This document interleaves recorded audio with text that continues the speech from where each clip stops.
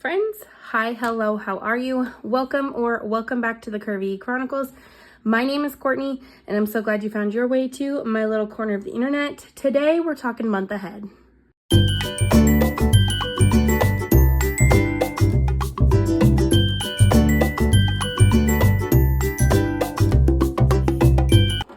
Okay, friends, I've gotten asked a couple of times when I've done my weekly budgets, what does it mean when I put month ahead? So let's talk about it.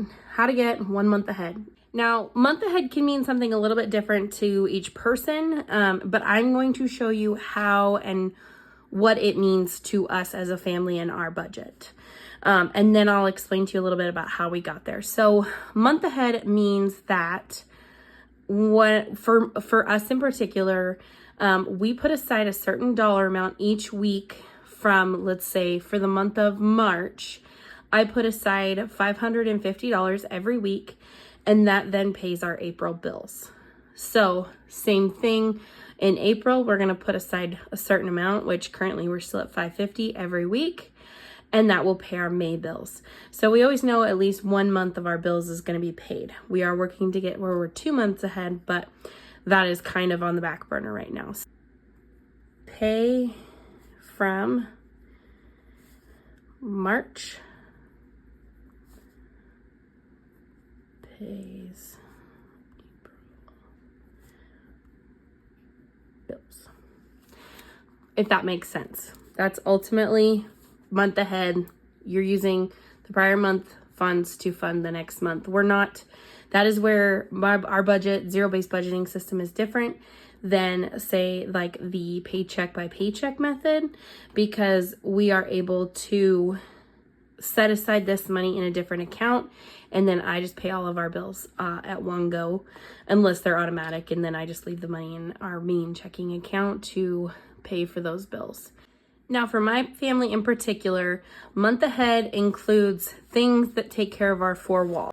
So for us, our month ahead includes rent, power, so our utilities. We rent, obviously, and then we do live on property, so there's a well, so we don't pay like water, we just pay power, and then obviously we do have our propane that we save for separately. So, but included is just our power bill. We have our insurance, which is our renter's insurance and our car insurance. Our 3 fixed loans, so our car, truck, and camper. Our garbage.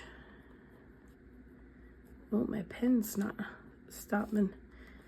My husband has monthly dues that we pay every 3 months. So technically it should be paid every month, but to save a headache, they send us a statement every 3 months to pay. So we have dues. And then we also have we just recently ended our internet and our subscriptions. And I'm not going to list those out. Subscriptions. Subs. We're just gonna put subs. So that is all that we personally include in our month ahead. So what I do is these are all basically monthly bills. So our garbage we pay every 2 months. So I just take the total amount every 2 months, divide it by 2 to get a monthly amount. And then I take our monthly amount on all of those. And first off too, I always round up so that I'm over budgeting. That way we have a little bit of a buffer in there. So like our power bill obviously is going to vary. So typically we're usually around like 100 to 150. So I will budget on the high end so that we have some extra. Our insurance is the same thing. Even though it's a set amount at $176 and change, I budget $180 in my month ahead. So I take all of these, I figure out what the total is for the month, and then I take that monthly amount and I divide it by 4, because my husband does get paid weekly, and there are typically, all months have 4 weeks in a month. That's why 5-week months are usually kind of fun, because there's a week that we don't have to pay towards bills typically. So ultimately, those are what's included in our month ahead. Some people do want to include things like groceries, gas, other things like that in their month ahead. I don't, because I know even if like things worse was to come to worse, we would be able to afford gas, groceries, and those things, and minimum payments on our credit cards, like from a smaller check or on unemployment or something along those lines. Eventually I would love to be completely ahead, but with our debt payoff adventure, as I like to call it, we're just not in those steps. So this is what we put into month ahead. So right now, all of this, when we put it all together, we're right around 2,200. So 2,200, and I'm not going to go and get my numbers. You can always watch my monthly budgets with me. That kind of gives you a ballpark what we're looking at. So we put aside, so 2,200 divided by 4 is $550 a week. So when you see me putting month ahead $550 each week, this is to pay. So in April, we are going to set aside $550 each week to pay our March bills, or our May bills, excuse me. Too many M months. So ultimately, that is how we work with month ahead. Now, I get the question too, how did you guys do it? So I will tell you, we are lucky to live in a state that recently started offering paid maternity leave. So when I was pregnant with my daughter and we knew that we were going to be able to take advantage of that, number one, I wasn't spending as much because I wasn't going anywhere. Also in the midst of that was when everything shut down. And at that time, my husband and I were both getting paid weekly. And we knew eventually there would come a time where I didn't want to stay working. I wanted to be home with her, our daughter, or more children. And now that's the case. So what we did is when we would get paid on Thursday, at that point in time, we relied heavily on my paycheck to pay our bills. So I was still trying to, and at my previous job, I was paid once a month. So we would pay all of our bills at the first of the month, essentially. Whether they were due the first of the month or not, I would pay everything. So in that it was a very easy transition for us because all of our bills were already paid by the time I was on maternity leave. So when that paid maternity leave started kicking in with my husband's paychecks, I was able to already start funneling a certain amount each week to set aside to pay the next month's bills.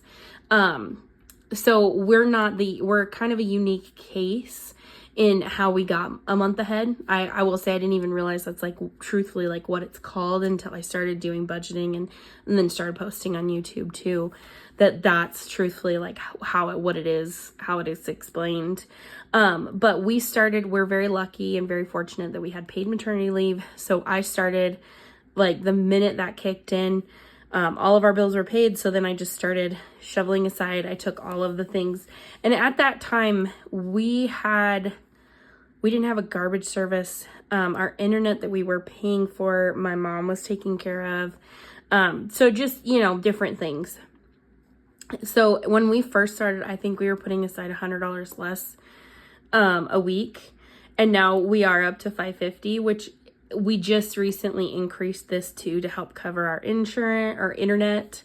And I actually increased at the beginning of the year, or maybe it was a year ago. I increased a year, when we first started, probably about a year ago now that I think about it, I want to say it was $500 at the time or $525 to help cover an increase in our insurance, because we did see an increase in insurance and an increase in our power bill. And now we are increasing it again because such is life. But the nice thing is because we already have that, I can slowly but surely just simply add in, another 25 here, another 25 there if we need it.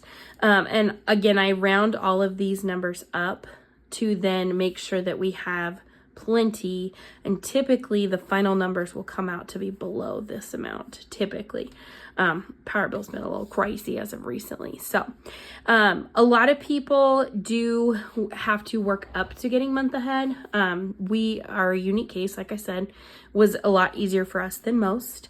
So if that is something you're looking to do and you currently are, doing the paycheck by paycheck method, essentially break it down into small chunks. So start by like getting a month ahead on, you know, if you want that like easier gratification, start with something small. Start with, say, your utility bill or your insurance. And then once you get that in a savings account for the next month, work towards, start saving again towards your next thing, you know, maybe your car payment, maybe your garbage bill, maybe your internet, and then, you know, end with your largest one. Or if you are task goal oriented, start with that highest one, get that, and then work slowly on the other ones too.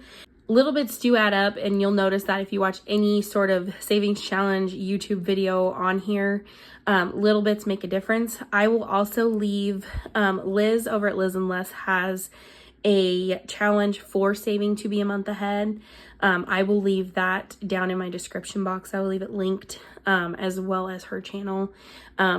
She is on that journey and recently went through a job change, and so it's kind of something that's a little bit different now. So it takes time to get there. If you are in circumstances like we were, where it was, you know, relatively easy, that was great. And I will say, getting 1 month ahead typically should come after you have at least some kind of an emergency fund, because you don't want to have to fall back on your bills money being month ahead in order to, like, if an emergency popped up. So like I said, we were really lucky that that's how that worked out for us. But anyway, this is my version of how we got 1 month ahead. We didn't have to slowly save. I just set aside that amount each time because we were already paid up, because we were paying our bills once a month. On the first, everything was getting paid. So we just transitioned from once paying all of our bills at once with one paycheck to saving each amount going forward. So it is different for everyone, but start small, save a little bit here and there, and eventually you'll get there. So if you have questions, leave them in the comments down below. I hope you find this helpful. I tend to be a bit of a rambler and a little bit of a repeater, so I'm sorry if that annoys you. Anyway, I appreciate you all hanging out with me, and I hope this helps you in your journey to become 1 month ahead, or 2 months, or who knows, maybe even 6 months. I appreciate y'all hanging out with me. If you liked it, give it a thumbs up. If you want to keep hanging out, hit that subscribe button. And friends, until next time, remember to spread kindness like glitter. Bye, guys.